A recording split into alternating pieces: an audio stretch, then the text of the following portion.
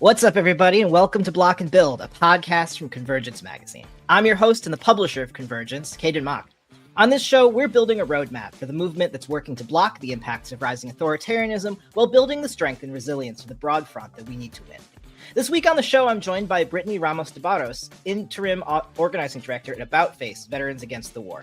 Since 2004, About Face, formerly known as Iraq Veterans Against the War, has provided a political home to veterans of the Iraq and Afghanistan campaigns who are opposed to U.S. militarism and imperialism. We'll discuss what her organization has been doing to respond to our current political conditions. But first, these headlines. If it feels like the drumbeat of ICE raids has been increasing, you are not alone. While the ham-handed tactics of enforcement agents have been upsetting and outrageous, more and more communities are also getting organized to stand up to ICE. Whether it's shoppers and restaurant goers blockading ICE vehicles in San Diego, fighting back in Minneapolis, or these high schoolers in Massachusetts who walked out of classes to protest their classmate being abducted on the way to volleyball practice, everyday people are intervening with courage and moral clarity. Taking courageous action can seem like it's spontaneous activity in these local news clips, and probably some of the people participating were spurred to sudden action, but it's better to be ready and stay ready than to have to come up with tactics on the fly. Now is a great time to squad up. Find immigrant serving organizations in your area now to see if they're offering upcoming ICE Watch trainings. Depending on where you are, this might be a labor union or a community organization or even a church. The more of us who are prepared to snap out of our everyday life and interrupt ICE terror, the more effective we'll be. If you're looking for somewhere to start, we published a primer on how to defend our communities back in January, and we'll put a link to that article in the show notes. Donald Trump has put a new travel ban targeting predominantly Muslim countries back on the table in response to an attack on a pro-Israel rally in Boulder, Colorado last week. There's a lot to unpack here, so stick with me. Trump's announcement smells to me like another layer of deflection from the real issue, which is the US's continued blank check support for the genocide in Gaza. Look, I find the Boulder attack to be aberrant. I don't want anybody to be attacked with a flamethrower, either here in the US or in Palestine, which is the whole point of this, right? But nearly a quarter century of Islamophobic, quote unquote, counterterrorism should teach us that this form of blanket punitive control by the state is often worse than useless. It's harmful in a way that makes all of us less safe.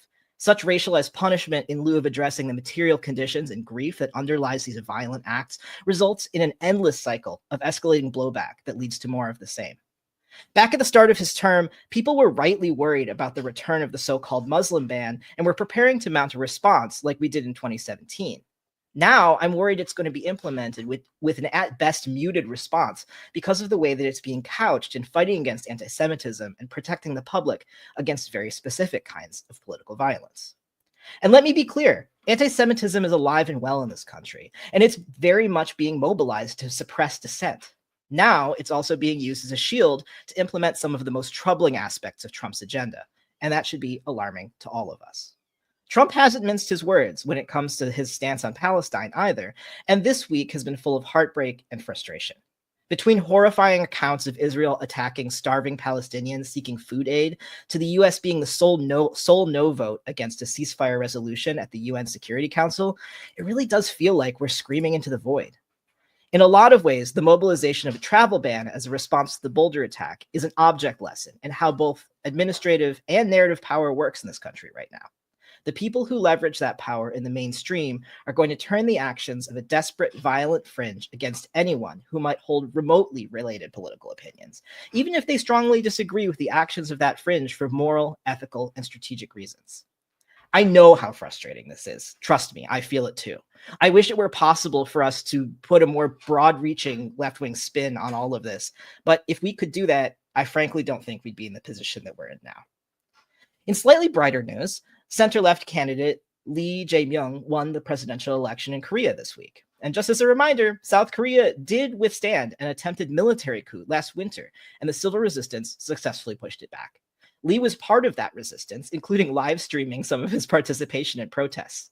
One election, of course, isn't everything, but congratulations to our South Korean comrades, and thank you for showing us what's possible.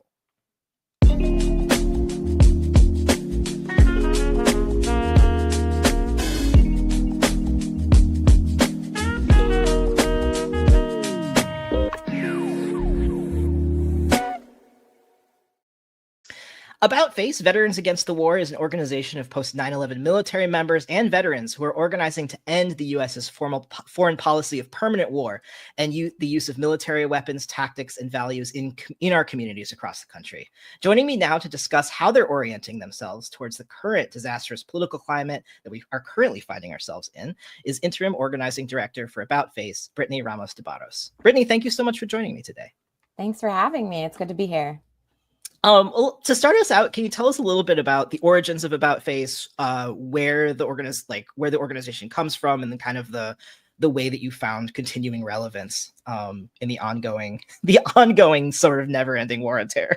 Yeah, absolutely. I mean, that's well put, right? Is that unfortunately what we're seeing right now is very relevant, and hopefully we'll get a chance to talk about that. But we were founded in 2004 by 6 members of the military who returned from the 2003 invasion of Iraq and were horrified.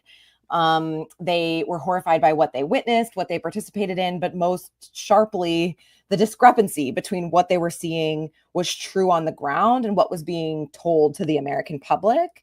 And they found in themselves a kind of sense of duty that, hey, we need to let people know what's really going on. So they started going around, speaking at events. They met up with a group eventually called Vietnam Veterans Against the War, which was a group of active military members and, U.S. war in Vietnam veterans who decided the same thing, right? That they needed to be instrumental and active in organizing against a war that they believed was wrong and unjust.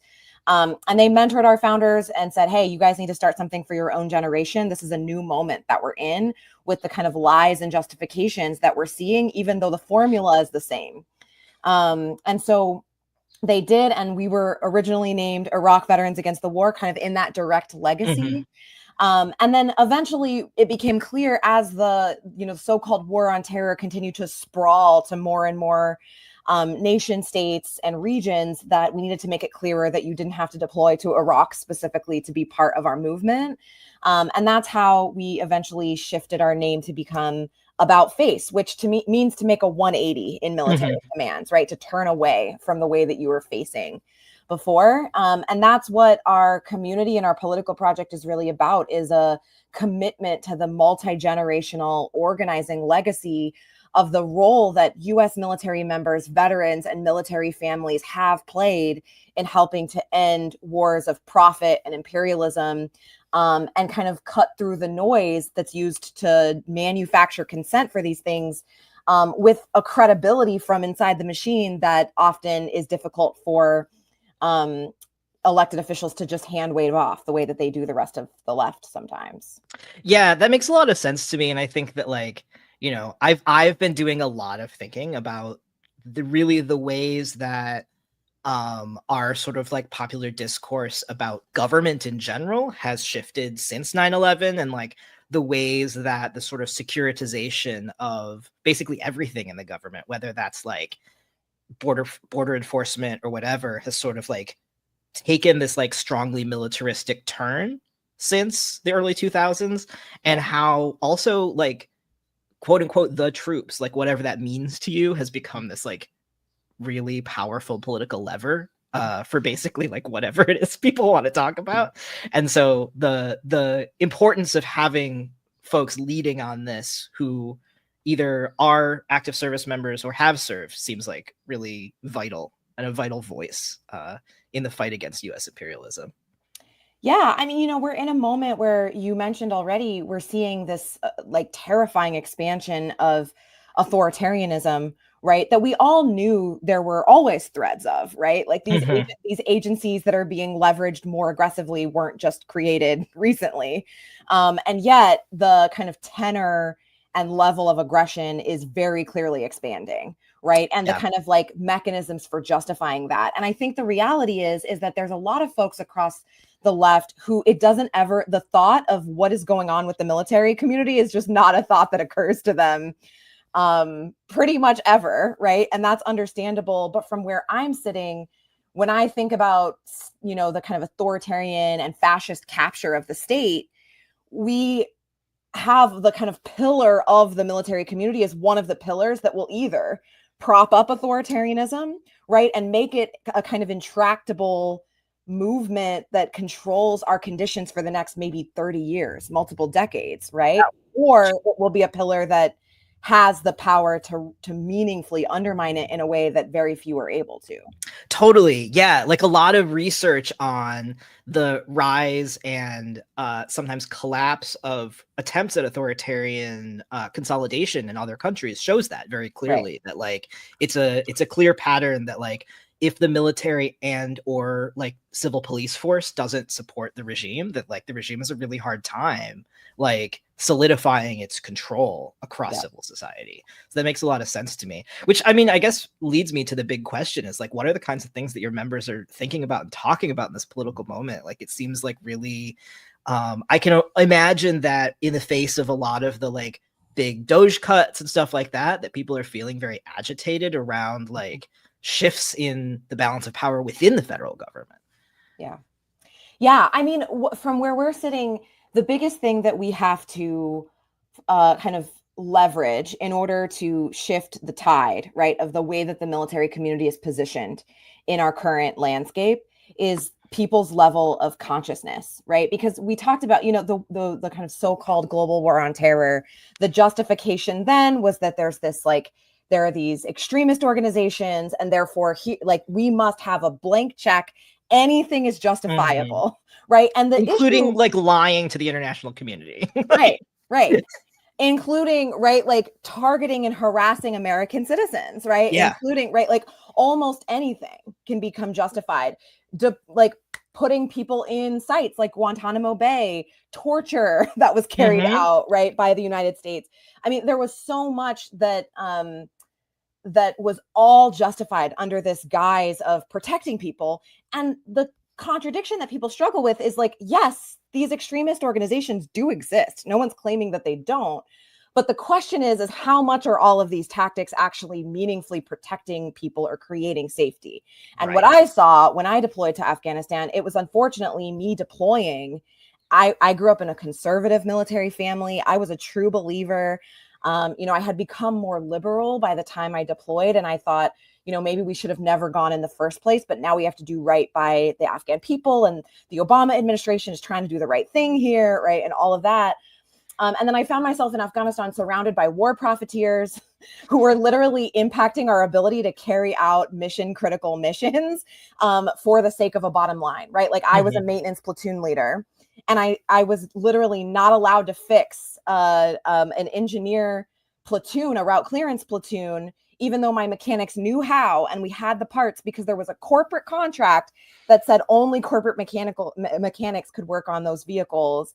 And so one of our most critical life-saving assets, a route clearance platoon, whose whole job is to, patrol routes and remove IEDs safely, improvised explosive devices, was dead in the water for over a week for the sake of a corporate contract, right? It was moments like that, the kind of just generalized bloodlust and treating the whole operation like it was a game so that people could score points for their officer evaluations, right? I couldn't leave that experience and without questions, right? Without real fundamental questions about what are we actually doing here? But the question I didn't have, the thing I was very clear about, was that I had not contributed to anything that was making anyone safer. And in fact, I had simply contributed to expanding the violence that existed and growing the kind of arguments that our opposition had for recruiting people into extremism, right? And so when you fast forward to today, right, the like leveraging of anti-Semitism, which is a very real thing, for this kind of blank check once again, right, to be used as the justification for any abuses of human rights, for any suspension of civil rights and due process, right? The kind of rounding up of high school students by ICE, and then the justification that it's sanctuary cities' fault because they didn't cooperate, so now they're justified to just go into the community and grab whoever they want without due process, right?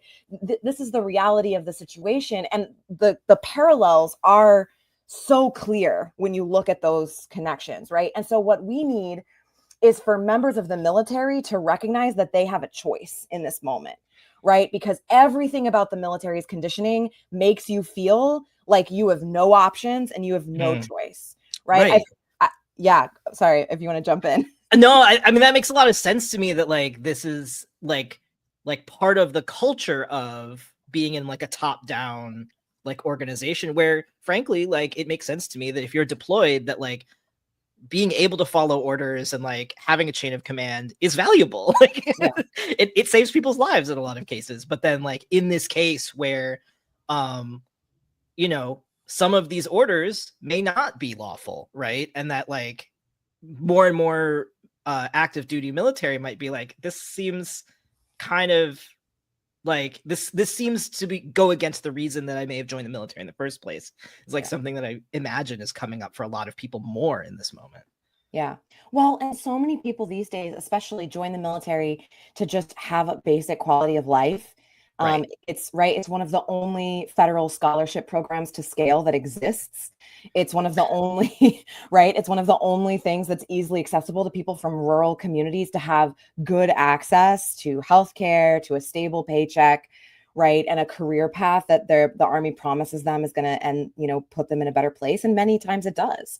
But the problem is like people then find themselves in this situation where they're legally not allowed to say no when the government is asking them to carry out violence that they know is wrong, right? Yeah. And so when you find yourself in that position, the question is what do people do, right? Like, what are people equipped to do? Do people even pause to ask themselves, like, am I going to do this thing, right, that I know is wrong? And many times they do, right? Like, Right. you're so going through the motions, and your whole livelihood and ability to survive economically is at risk. And you brought up unlawful orders, but most members of the military, like most lawyers, have questions about what technically constitute a lawful order versus not a lawful order right now. Sure. And the entire risk is on the service member right now, where you have to trust that if you refuse an unlawful order, that a court martial, which is a criminal hearing in the military, right, in Trump's military, where he's intentionally removing as much principled leadership as he possibly can, is going to agree with you that order was unlawful. Yeah. And if they don't, you go to jail, right? Yeah, the consequences are severe. Yeah. So one thing we're thinking about right now is the importance of just raising awareness about that, right? I don't think most people who are not connected to the military community recognize that it's not so simple as just saying that order is unlawful and I'm not following it, right? And what's really at stake. And so we're building a campaign called the Right to Refuse campaign that we're hoping to build support amongst Congress members and, kind of broader society around this idea that we should be protecting military members' right to refuse participation in orders that they believe are in any operation that they believe is unjust, unlawful, or immoral, any of those three things, right? And right now, the reality is that military members don't have that protected right. And we've seen Congress abdicate its responsibility to be any kind of check and balance on the use of military force for the last decades. And so if it's not the military, if we have a defense an executive administration that we can't trust to respect the rule of law, then what's left, right? It's literally just that the society is relying on military members to say no when it's the right thing to do. And so we have to advocate to make sure that they have the ability to do that. Yeah, and it strikes me that there's also this like the thing that you're describing is sort of like almost creating the narrative conditions for the like general public to understand that as something that needs to happen, that like there's and that there's a similar thing with like talking about like sort of civic courage in general, that like the thing that allows people to stand up, like especially the stuff that we've been seeing over the past week of like folks standing up to ICE. And like, I don't know, I was watching this video last night actually of like these people in San Diego who literally like just like regular civilians like forming a line and like pushing back the ICE agents, and the ICE agents who were like armed to the teeth. They had like a flashbang gun and like, all their different tools, but were like sort of like pushing them back down the street. That like it requires doing things that feel risky, whether it's like standing up in your workplace, whether it's like showing up in the street like that, requires a sense that other people are going to stand up with you. And that like it sounds to me like what you're saying is that also one of the issues that you're facing with your membership and your potential membership is people really feeling isolated, and like they might be having these questions inside, but like don't know where to express them, or feel like if they express them, they're going to get into trouble. Right. Most of us in the military, once we start to become kind of conscious about recognizing it's actually not enough for my conscience to say I'm just doing my job anymore, right? Like I'm looking at what's happening and I'm seeing my own contribution to this situation. Once we hit that point, most of us think we're the only one, right? We're the only person in the whole military, or maybe there are like 5, right, who have ever had these thoughts. And yet the truth is there are thousands, right? We know that military members are having these conversations in their units, right? We know that people are upset about a whole range of things that are happening, the possibility of being used as an enforcement arm for mass deportations, the possibility of continuing to support the transport of weapons and resources that we know are being used to commit war crimes, right? That go against everything that most of us thought that we were fighting for that's righteous when we sign up. Right. I mean, those are just 2, right? The kind of leveraging, there's so many more. And we know that people are concerned and are having real conversations about this. And the reality is that they will need support, right? We can't wait for people to have the protected right to refuse, right? We need to fight for it. But the reality is we are in a moment where people are going to have to make these decisions, where there are these moments that come in your life where you decide who you are in that moment, right? In that moment, you decide, am I a person who's going to, like, what side am I on of this fight, right? And am I a person who's going to side with this family who's screaming and crying and being kidnapped without any kind of due process, let alone empathy or compassion, right? Or am I going to be a person who says, oh, well, it was just my job, right? And tries to act like you're not implicated. And the reality is that you're going to have to be the one who lives with that.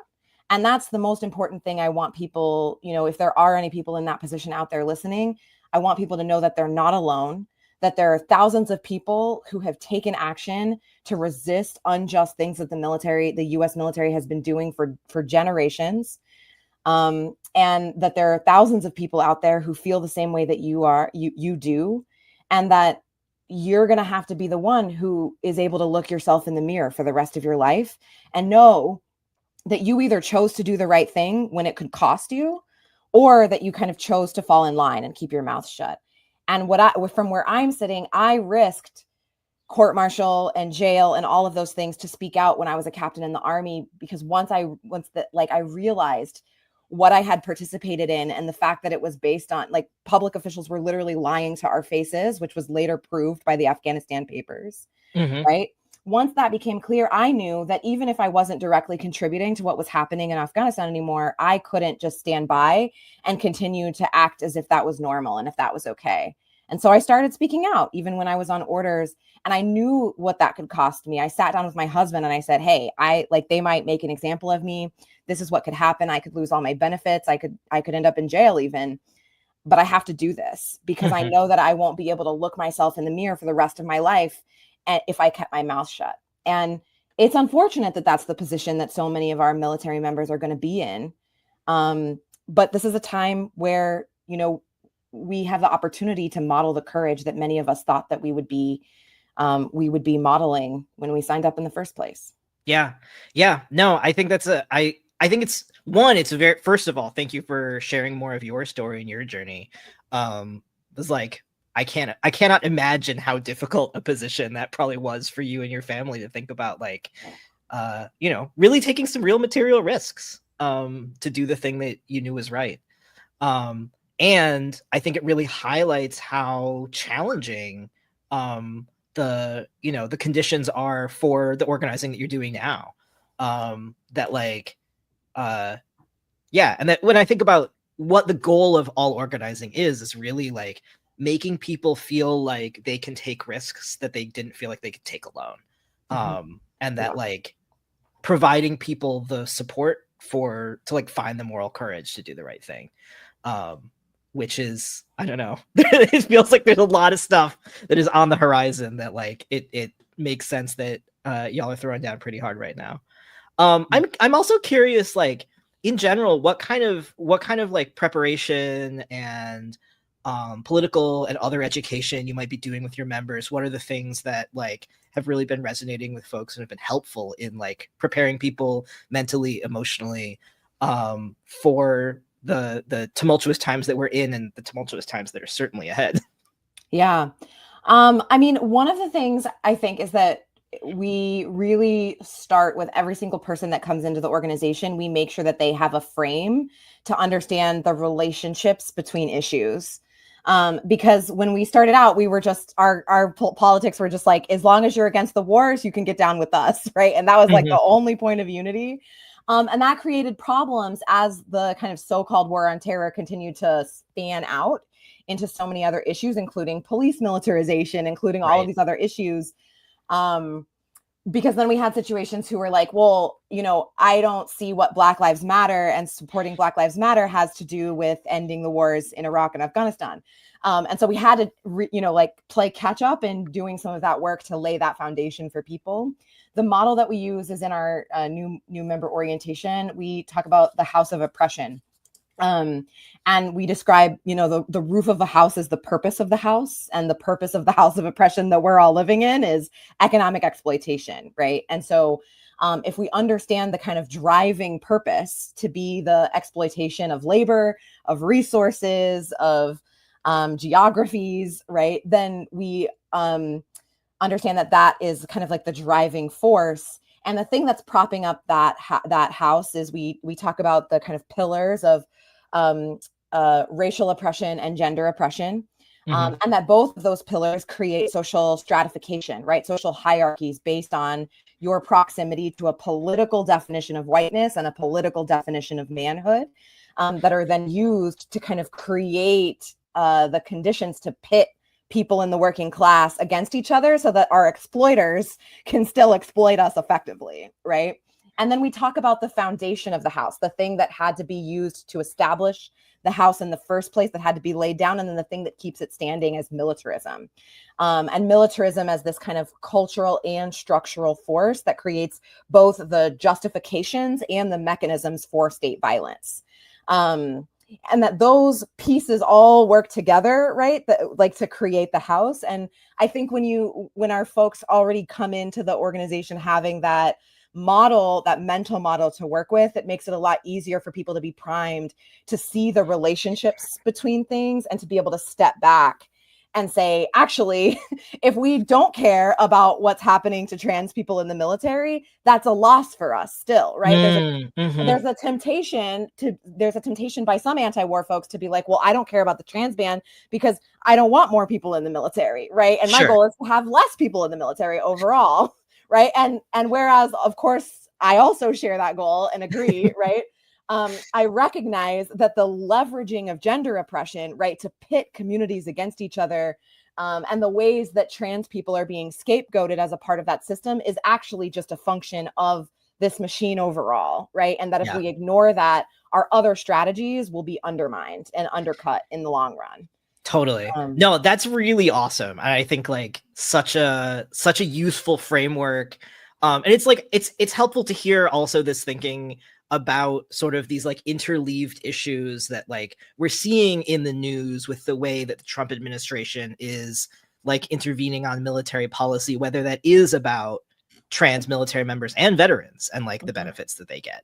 That I know that like, certainly in like trans advocacy spaces I've been in, there has been a sense that like there is sometimes a disconnect between the experiences of trans people and then this sort of like military policy, which seems like, I mean, again, this goes back to, I think the fact that so much of like who serves in the military is very classed and very raced right now. But that feels very removed from a lot of things, but that like, I think people may feel that it's easy to sort of dismiss in the way that you're saying, but that like being able to weave those things together is actually makes our movement stronger. Well, and to be able to sit with the contradictions, which feels messy and gross sometimes, right? Like that's the reality is it does. Like, it's so much easier to have this kind of like ideological clarity when these things are not playing out in material ways in our communities. But what a lot of people don't realize is, for better or for worse, the U.S. military is the largest employer of trans people in the United States, right? Yeah. Most people don't recognize that. And so if we are committed to the love of the working class and building power amongst the working class, which is where our movements, I think, have to derive from. I love the Fred Hampton quote, "To lead the people, you have to love the people," right? That's right. And that means love people in the messiness, right? And so that means, as trans military members are losing everything right now because of a homophobic policy that is scapegoating them, right, and is being used to try to set industry standards outside of the military, we cannot abandon them because we're also working against U.S. militarism and an anti-imperialism, right? It actually doesn't serve us or the working class to do that, even though it feels ideologically more comfortable. We have to lean into holding those folks and raising the consciousness, but first starting with the material support that meaningfully can transform people, right? And, you know, the other thing is same thing, veterans, because of those statistics about the military, right? Like, veterans have had gender affirming care from the VA for years now, and many of them are at risk of losing access to meds, and they're just basic healthcare almost overnight, right? Which is a horrifying thing. And our infrastructure isn't set up to support people in the ways that they need to be supported. And so, yeah, I think it's a moment where that's another thing we're having to do, you know, with our members, is just really support people in community to be able to navigate these contradictions and to not shy away from them, right? I think we have to face them head on. We have to acknowledge when we're put in shitty lose-lose positions, right? Which we often are, because we have to build the power to not be in those positions. Totally. Yeah. And the contradiction reveals something about how power works. Yeah. And I think that, you know, the insight that the scapegoating of trans people is about pitting us against one another is like the important insight to learn from sitting in the shitty contradiction. Right. Right. Like, Trump's rhetoric is so clear. I mean, even like both what he's doing to trans people in the military and the military policies, but then you look at his birthday parade that he's throwing himself next weekend for what's likely going to be $100 million of taxpayer money, while he's cutting benefits, and he's, you know, veteran benefits, and he's scapegoating trans people, and he's doing all of this under the guise of efficiency and effectiveness, right? And those things are really connected, right? He's putting forward this like hyper masculine imagery of what it means to create safety. That's what it still really comes down to, right? Is like, the only way that safety can be created is through these hyper masculine, violent, aggressive ways of approaching security. Despite the fact that evidence for decades has proven to the contrary, right? Like, even, I'll never forget when I was in the military, I was researching this, and I found CIA and FBI, like a study that they had done that was, that came to the conclusion that at every location where we had carried out the so-called war on terror, and we had done operations there, that recruitment to organizations that we designated as extremist organizations had at least doubled, and in some places multiplied by up to 1,600 times what they had been before we did any of those things, right? So this isn't, I just want people to be armed with those facts. The data is on our side here, but it's in these subtleties, right? Like, our opponents are not, like, they're not concerned with having the facts on their side, because they have all of these distractions that they're leveraging to keep people fixated on those kinds of like individual things that are happening and debating. You know, I had members who responded and were like, I don't care about what's happening to trans people I just care about ending what's happening in Palestine, or I just care about, and I'm just like, you can't, like, once you see the connections, you can't unsee them, right? Totally. And you know, that's why we're organizing veterans also this weekend to protest Trump's parade, because I think that it's in these kind of subtle well, I don't know if $100 million parade with 7,000 military members in place is subtle. Trump is not known for subtlety. Not subtle. Subtle's not the right word. But it's in these kind of like what some people would see as harmless, right? Like, why is it bad for members of the military to celebrate the 250th anniversary of the Army or whatever, when it's not really about that, right? It's clearly not about that. It's about these kind of grotesque displays of authoritarian military imagery, and we cannot allow those things to be normalized. And similarly, it's about Trump's effort to consolidate the military community behind him, because if he successfully does that, it makes it easier for him to completely disregard rule of law. Correct. Right. And so we have to be paying attention to that as a real red line scenario. Yeah, well, tell us about this, the military parade protest, because I think that a lot of people, I definitely see a lot of people in like my sort of like lefty internet space being like, oh, who's even paying attention to this? Like, it's just like pomp and circumstance and frankly bullshit. But yeah, which honestly, I think, there are distributed protests happening around the country, a kind of No King's Day. And so, that's something that people can and should plug into. And the mindset of that was like, let's pull attention to our people. And we want the kind of imagery of people protesting all across the country to be side by side with this like disgusting display of taxpayer wasted dollars. Right. And I think that strategy makes sense. But for us, we were like, well, military community in particular, though, has a different stake and a different, strategic opportunity to, I think, demonstrate that not everybody supports this, right? And that there's actually many of us who find this to be salt in the wound as the Trump administration is actively cutting Medicaid and veterans benefits and, these other programs that are life-saving for people across our communities, while like claiming that this parade is for us when it's very much clearly him acting out his dictator fantasies, right? And so we will be... Yeah, it's like him cosplaying as a dictator. Yeah, exactly. And so veterans and military families and, we'll see, maybe some brave military members will be mobilizing the 13th through the 15th to DC. We are still recruiting for that action. That's going to be one where I can't share the specific details in order to make sure that we can pull off what we're hoping to pull off. But, we will be taking direct action, and we will be making it clear that we are the military community and that we exist too, and that we don't want these things carried out in our name and normalized in our name, and certainly not under the guise of benefiting the military community or our communities more broadly in any form or fashion. Amazing. Yeah, that's great.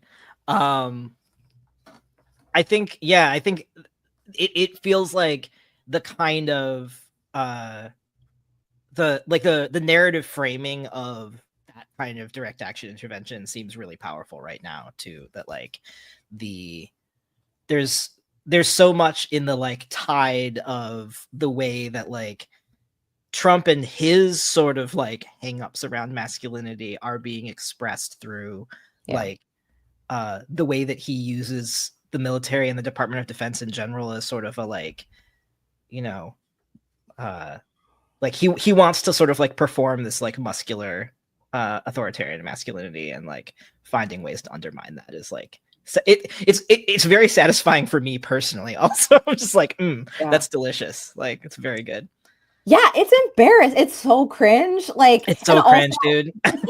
Military members fucking hate dog and pony shows too. So I feel bad for the like 7,000 people who are being roped into being away from their families or doing something productive with their time. Yeah. To like march in Trump's birthday parade. And then it's like, on top of that, it's just like last time around, he tried to do this last time he was elected, if you remember. And last time the Pentagon pushed back, and they rightly were like, this is too politicizing of the military, because, the military also likes to cosplay like it's apolitical. But right. But like to some degree, they were right? They were right to say like, we're not your political prop to be used in these like dictator fantasies that you have to like act out this fantasy that you have. That's not what we're for. And, I think that was actually a good example of them having leaders that had the courage to stand up for what was actually right for the troops and for the military, and just our country in general. And it's unfortunate that this time around we don't have leadership in the Pentagon that's willing to stand up to Trump, because it's our communities broadly as well, including the military members who have to participate in this, under threat of like loss of job and benefits and all of these things. For what? For Trump's ego? Yeah. This also brings up something for me, in addition to thinking about the ways that the political conditions have shifted since the first Trump administration, was also thinking about, as you were talking, the amount of sort of like far right politicization that happens within, especially like rank and file military members. And like, if you all have run into that, and like, if conditions are shifting from where you sit on that, just because like, I don't know. I've been thinking a lot about the fact that we haven't heard a lot about the sort of like more sort of like extremist paramilitary like elements of the far right movement in this country lately. And like, I don't know. I hypothesize that maybe like some of those folks are being absorbed into some of these like some of the like ICE enforcement stuff that we're seeing. But like, yeah, I'm curious what the mood is that your members are seeing in that way. Like, is the sort of ascendancy of authoritarianism changing the vibe for folks? I mean, what I see that frustrates me as an organizer every day is that the far right, and particularly people who are organized into these organized far right, right? So I'm not talking about like your regular neighbor friend who has like ridiculous beliefs but I'm talking about people who have been absorbed into organization, right? On the right. Like they have been clear for decades now that their goal was to capture the state.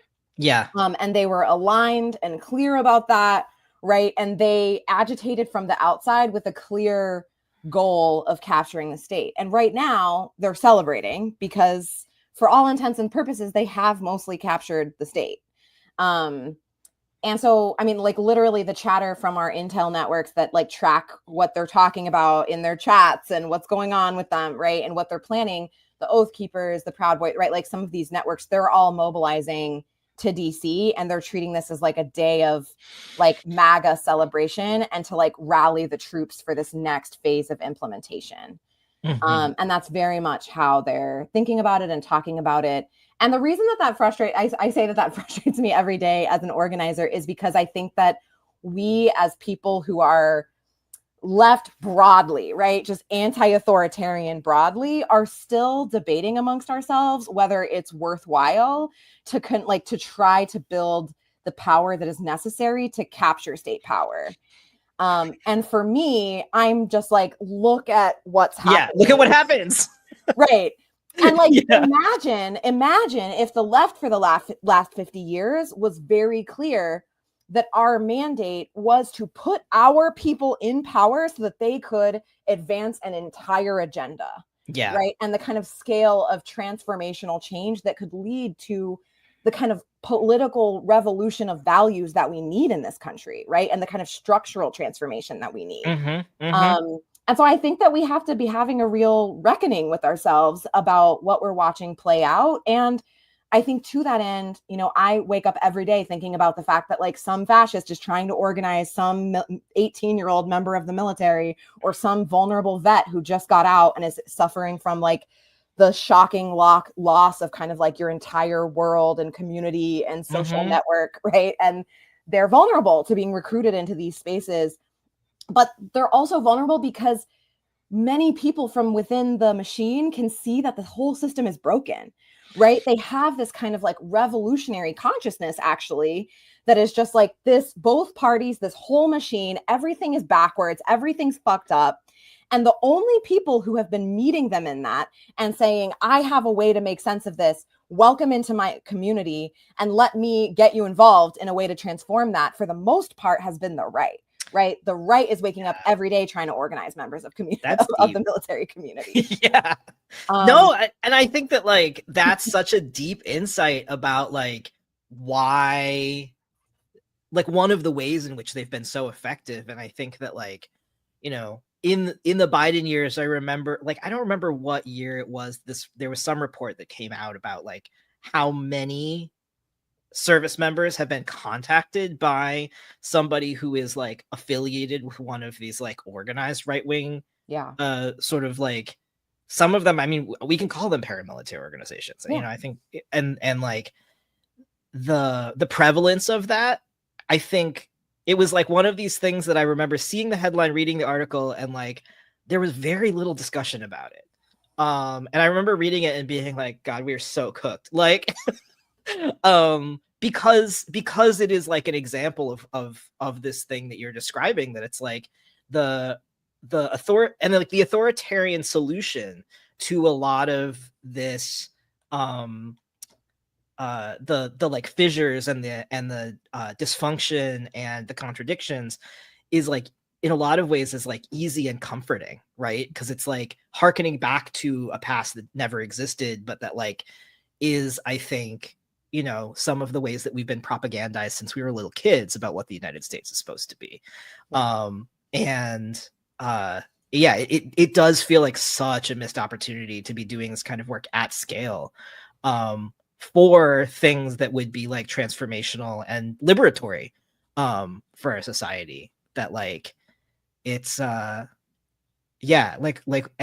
we don't like, we as a broader movement, I mean, I think like we in this room probably have a lot of story that like, you know, you and I are probably aligned on, but I think we as a broader movement struggle to get our story straight. And that like, that's urgent work that needs to be done, like rapidly iterated on right now. Right. Well, and like, I think we have a tendency to sometimes have very understandable, but what are ultimately still reactionary responses to state power. Right. Mm-hmm. And so when the state is kicking our ass around, like whether it's elections or whether it's in the streets and in our communities, right, our tendency has been in many cases to just withdraw from those arenas in ways that, from an emotional and like kind of like self-righteousness perspective, I've been guilty and I agree with, right? Yeah. And also, you know, one of my favorite sayings, which like smacks me across the head every now and then too, when I get guilty of losing my perspective, is just like, emotions aren't a strategy, right? Like righteousness isn't a strategy.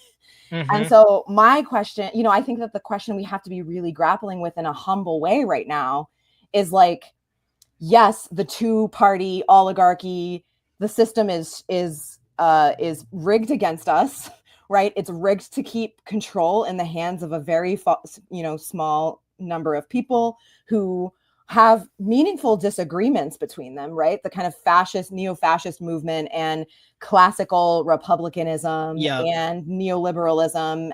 The Democrats and classical Republicans are both neoliberals, different flavors, right? And like those, they have meaningful differences and they are enemies of each other. And also, like many people rightly point out in movement, that they work together to maintain this kind of status quo reality, because the neoliberals want to continue to have the fascists to point to as a fear-mongering tactic, right?